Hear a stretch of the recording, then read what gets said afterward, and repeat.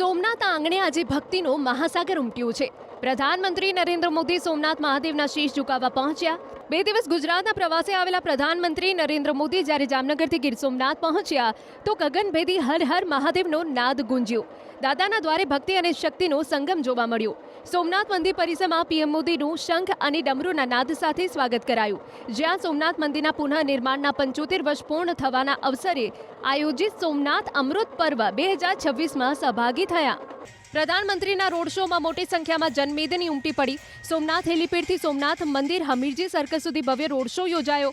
ખુલ્લી જીપમાં PM Modi, CM Bhupendra Patel અને નાયબ મુખ્યમંત્રી હર્ષ સંઘવી જોડે નીકળ્યા હતા. રોડ શોમાં ઉમટી પડેલા લોકોનું અભિવાદન ઝીલ્યું હતું. રોડની બંને બાજુમાંથી લોકો વિશેષ વેશભૂષામાં પીએમનું સ્વાગત કરવા માટે ઉમટી પડ્યા હતા. રોડ શો દરમિયાન વિવિધ સંસ્કૃતિની ઝાંખી જોવા મળી. રોડ શોમાં લોકોમાં અનેરો ઉત્સાહ જોવા મળ્યો. મોદી મોદીના નારા લાગ્યા.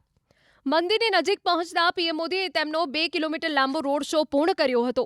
અહીં તેમણે ભારતના લોખંડી પુરુષ સરદાર વલ્લભભાઈ પટેલની પ્રતિમા પર પુષ્પાંજલિ અર્પણ કરી. સોમનાથ મંદિરના પુનઃનિર્માણના સ્વપ્નદ્રષ્ટા એવા સરદાર પટેલને પીએમ મોદીએ શ્રદ્ધાસુમન અર્પણ કર્યા હતા. સરદાર પટેલને નમન કર્યા બાદ પીએમ મોદી ચાલતા જ મંદિર પરિસરની અંદર પહોંચ્યા. મંદિર પરિસરમાં પ્રવેશતા જ ડમરૂ અને શંખના નાદથી વાતાવરણ ભક્તિમય બની ગયું હતું. પીએમ મોદીએ સોમનાથ દાદાના ગર્ભગૃહમાં શાસ્ત્રોક્ત વિધિ મુજબ મહાપૂજા કરી હતી. તેમણે ભગવાન શિવનો અભિષેક કર્યો અને ત્યારબાદ ભાવપૂર્વક આરતી ઉતારી દેશની સુખાકારી માટે પ્રાર્થના કરી. ભક્તિના આ માહોલમાં આકાશમાંથી પણ ફૂલોનો વરસાદ થયો હતો. જ્યારે પીએમ મોદી પૂજામાં લીન થયા હતા ત્યારે વાયુસેનાના હેલિકોપ્ટર દ્વારા સોમનાથ મંદિરના સુવર્ણ શિખર પર પુષ્પ વર્ષા કરવામાં આવી હતી, જેના દ્રશ્યો મંત્રમુગ્ધ કરનારા હતા. આ પવિત્ર દિવસે પીએમ મોદીના હસ્તે એક ઐતિહાસિક વિધિ સંપન્ન થઈ. પહેલીવાર સોમનાથ મંદિરના શિખર પર 11 પવિત્ર તીર્થોના જળથી કુંભાભિષેક કરવામાં આવ્યો. આ માટે 90 મીટર લાંબી ક્રેનનો ઉપયોગ કરી પવિત્ર જળના કળશને શિખર સુધી પહોંચાડવામાં આવ્યો હતો. પીએમ મોદીએ મંત્રોચ્ચાર વચ્ચે શિખર પર જલાભિષેક કરવામાં આવ્યો હતો. પીએમ મોદી પહેલીવાર સોમનાથ મંદિરના શિખર પર જલાભિષેક કર્યો. આ વિધિ માટે 11 પવિત્ર સ્થળનું પાણી એક મોટા કળશમાં એકત્ર કરવામાં આવ્યું હતું. જે બાદ સોમનાથમાં વાયુસેનાએ શક્તિ પ્રદર્શન કર્યું. સૂર્યકિરણ ટીમના એર શો યોજાયો. જામનગર એરફોર્સ ટીમના પાયલટ્સે હવાઈ દાવપેચ કર્યા. હોક MK-132 વિમાન સહિતનાએ સૂર્યકિરણ ટીમે એકથી એક ચડિયાતા કરતબ કરી આકાશને તિરંગાથી રંગી દીધું. ભારતીય વાયુસેનાની સૂર્યકિરણ એરોબેટિક ટીમે પીએમ મોદીથી લઈ હાજર સૌને મંત્રમુગ્ધ કર્યા. એર શોના સમાપન બાદ પીએમ મોદી સોમનાથ ટ્રસ્ટ મ્યુઝિયમની મુલાકાત લીધી. આ મ્યુઝિયમમાં મંદિરના પ્રાચીન અવશેષો અને ઇતિહાસે જાળવી રાખવામાં આવ્યો છે. પીએમ મોદીએ મ્યુઝિયમમાં પ્રદર્શિત અવશેષોનું ઝીણવટપૂર્વક અવલોકન કર્યું હતું.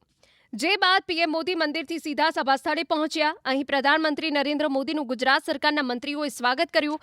આ પ્રસંગે પીએમ મોદીએ સોમનાથ મંદિરની પ્રતિકૃતિ અંકિત વિશેષ સ્મારક, ડાક ટિકિટ તેમજ 75 રૂપિયાના વિશેષ સ્મારક સિક્કાનું વિમોચન કર્યું. આ પ્રસંગે પીએમ મોદી હર હર મહાદેવના નાદ સાથે સભાને સંબોધિત કરી. આ સાથે તેમણે સોમનાથમાં કરવામાં આવેલા આયોજન સહિતની બાબતોનો ઉલ્લેખ કરી સમગ્ર વિશ્વને ભારતીય શક્તિનો પરિચય કરાવ્યો અને ગમે તે સ્થિતિમાં પણ ભારત કોઈ પણ દેશથી ડરતું નથી તેવો संदेश आप्यो.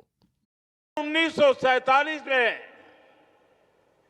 भारत आजाद हुआ था तो 1951 में सोमनाथ की प्राण प्रतिष्ठा ने भारत की स्वतंत्र चेतना का उद्घोष किया था. आजादी के समय सरदार साहब ने 500 से ज्यादा रियासतों को जोड़कर एक भारत का आधुनिक स्वरूप गढ़ा था. तो साथ ही सोमनाथ के पुनर्निर्माण से उन्होंने दुनिया को बताया था भारत केवल आजाद नहीं हुआ है, भारत अपने प्राचीन गौरव को पुनः हासिल करने के मार्ग पर भी अब आगे बढ़ चुका है.